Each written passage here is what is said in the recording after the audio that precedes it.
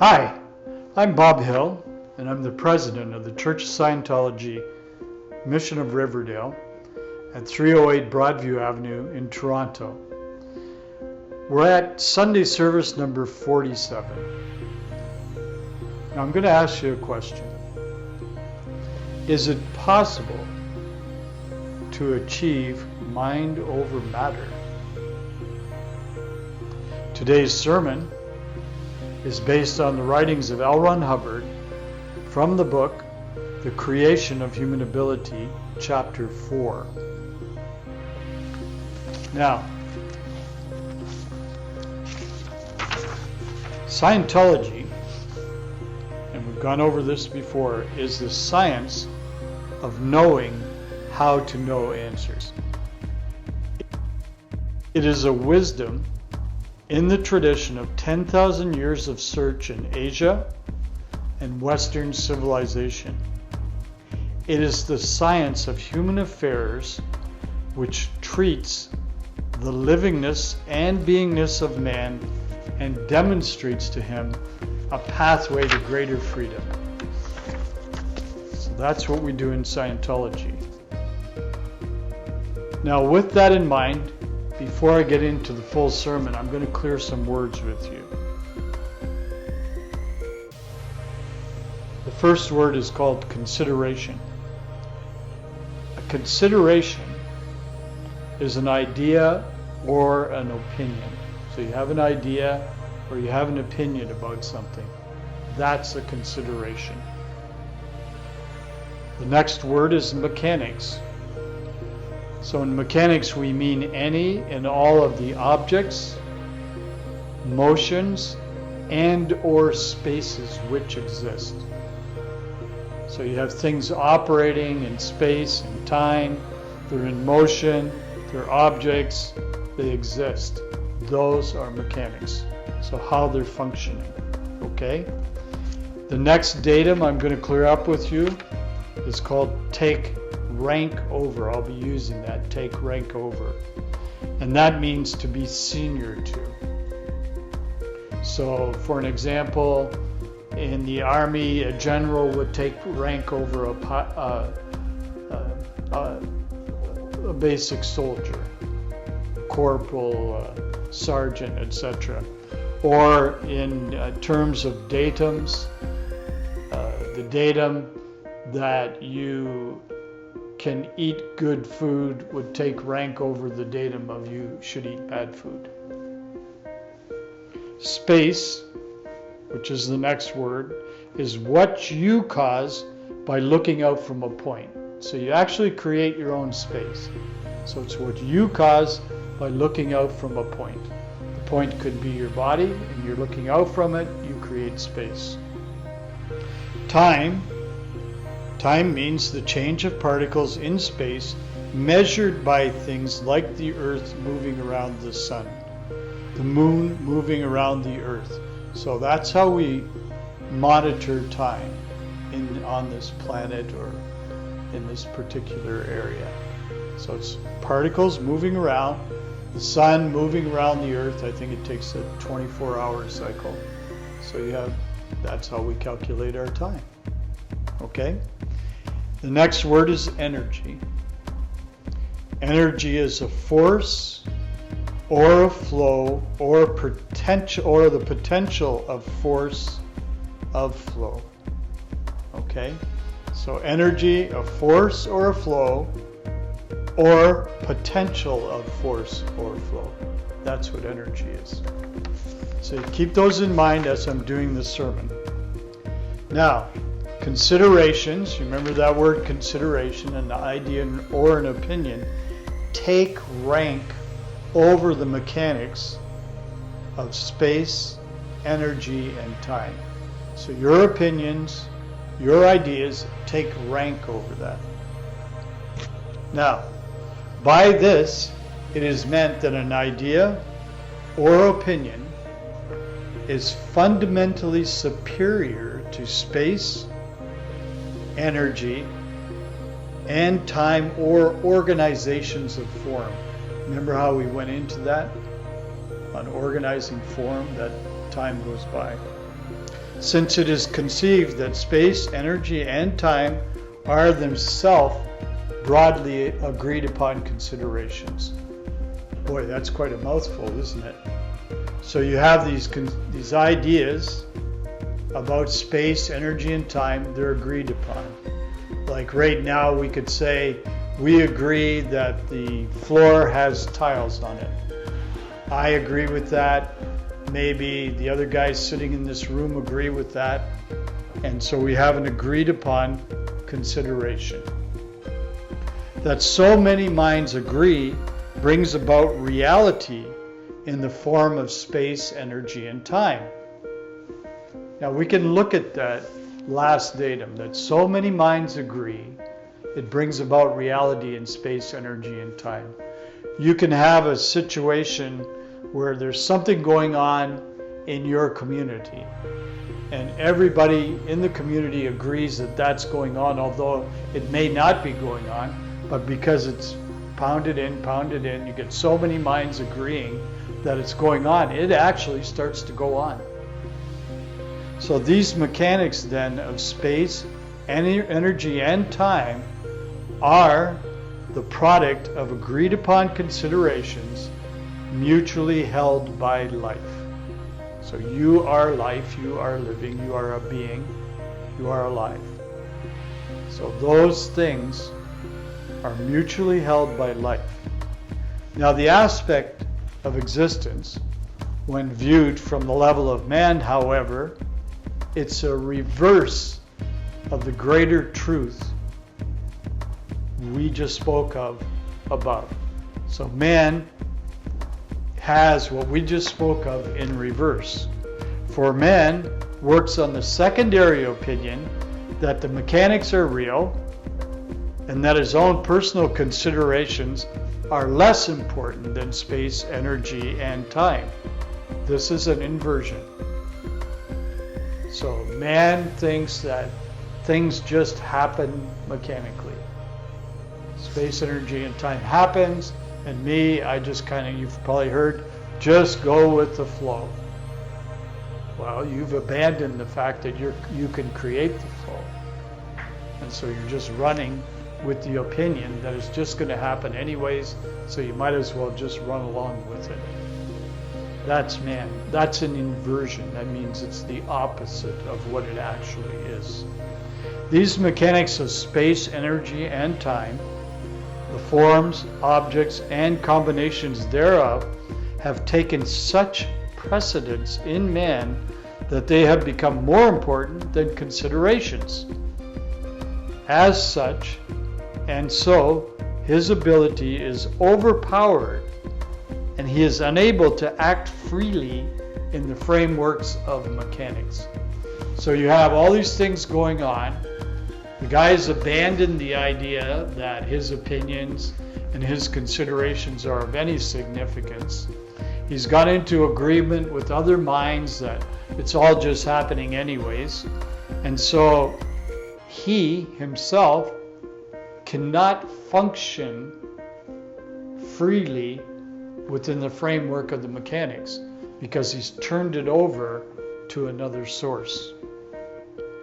Man therefore has an inverted view, whereas considerations such as those he daily makes, they're the actual source of space, energy, time, and forms. Look at that for yourself.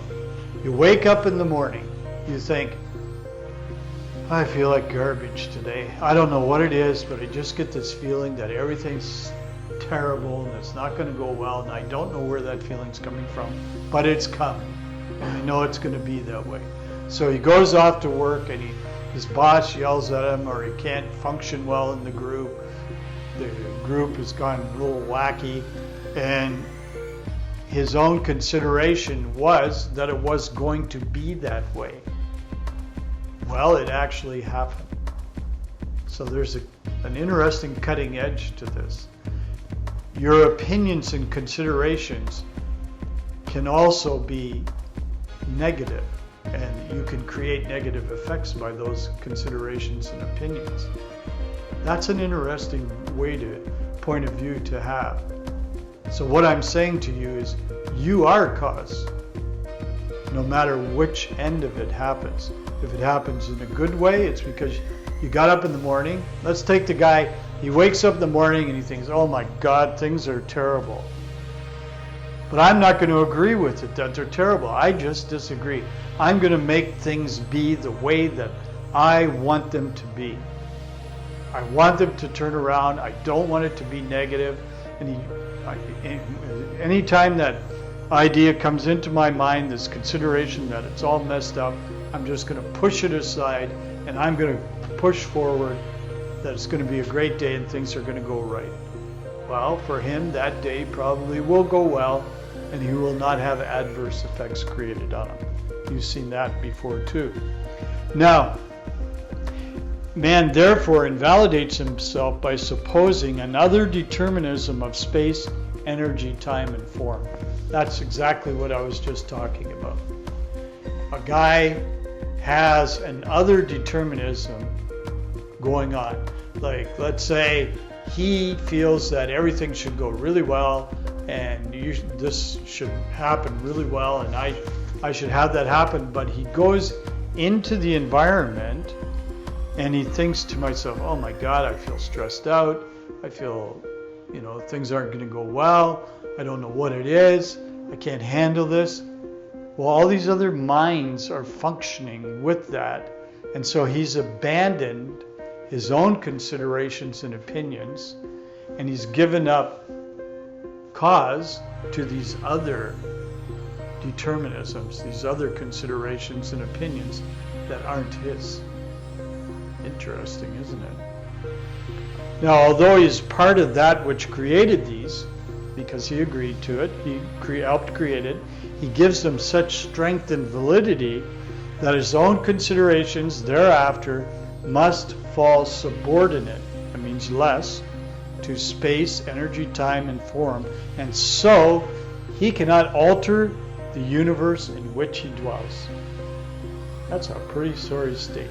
However, that is what goes on with people on a fairly regular basis. They give up their own ideas. They abandon. You've heard people say, well, I wanted to be an artist, or I wanted to be a this, or I wanted to do that, but I just gave it up, because you have to kind of look at the world around you, and you have to fit in, and you have to be part of it, and you have to do it. You're just giving up your own cause. You're just falling effect of all these minds that have agreed on all this crazy way of living, and so you abandon your own hopes and dreams. The freedom of an individual depends upon that individual's freedom to alter his considerations of space, energy, time, and forms of life and his role in it.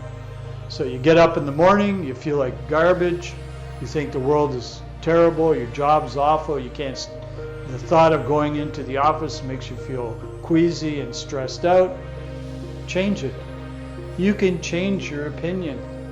You can think it's going to be a great day, people are going to listen to you, and you find they'll migrate towards you.